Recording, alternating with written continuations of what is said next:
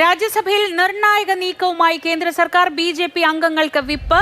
സഭ പിരിയുന്നതുവരെ തുടരാനാണ് നിർദ്ദേശം. പ്രധാനപ്പെട്ട ബില്ല് പാസാക്കാനാണ് നീക്കമെന്നാണ് സൂചന. പി ബസന്ത് വിവരങ്ങളുമായി. ബസന്ത്, ഈ വിപ്പ് കൊണ്ട് എന്താണ് ഉദ്ദേശിക്കുന്നത്? വളരെ പ്രധാനപ്പെട്ട ചില ബില്ലുകൾ പാസാക്കാൻ ഉദ്ദേശിക്കുന്നു എന്ന സൂചനകളൊക്കെ വരുന്നുണ്ടല്ലോ. ശ്രീജ, ഈ നാളെ രാവിലെ 11 മുതൽ സഭ പിരിയുന്നതുവരെ രാജ്യസഭയിൽ ഉണ്ടാകണമെന്നാണ് ഇപ്പോൾ ബി.ജെ.പി. അംഗങ്ങൾക്ക് നൽകിയിരിക്കുന്ന നിർദ്ദേശം.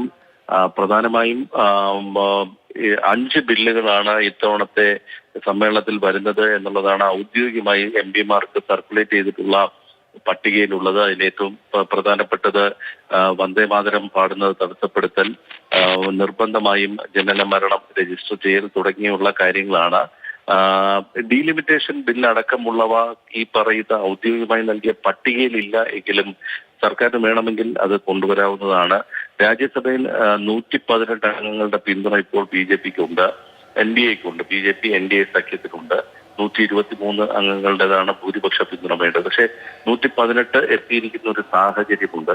FCRA അടക്കമുള്ള ബില്ലുകൾ കൊണ്ടുവരുമെന്ന് സർക്കാർ വ്യക്തമാക്കിയിരിക്കുന്ന ഒരു പശ്ചാത്തലമുണ്ട്. അപ്പോൾ എങ്ങനെയാണ് സർക്കാർ നാളെ എന്ത് നീക്കമാണ് നടത്തുന്നത് എന്നുള്ളത് സംബന്ധിച്ച് വ്യക്തത വന്നിട്ടില്ല. കാര്യപരിപാടി പുറത്തു വരുമ്പോൾ മാത്രമേ അത് അറിയാനും കഴിയുകയുള്ളൂ. പക്ഷേ എം.പിമാർക്ക് നൽകിയിരിക്കുന്ന നിർദ്ദേശം നാളെ സഭ പിരിയുന്നത് വരെ ഉണ്ടാകണം എന്നുള്ള നിർദ്ദേശമാണ്. ചിലപ്പോൾ ഒരു പ്രസ്താവന നടത്തുന്നതാവാം, പക്ഷെ എന്താണ് എന്നുള്ള കാര്യത്തിൽ വ്യക്തതയില്ല. കാര്യപരിപാടികൾ വരുമ്പോൾ മാത്രമേ ഇക്കാര്യം അറിയാൻ പറ്റൂ. ശരി, പി ബസന്താണ് വിവരങ്ങൾ നൽകിയത്.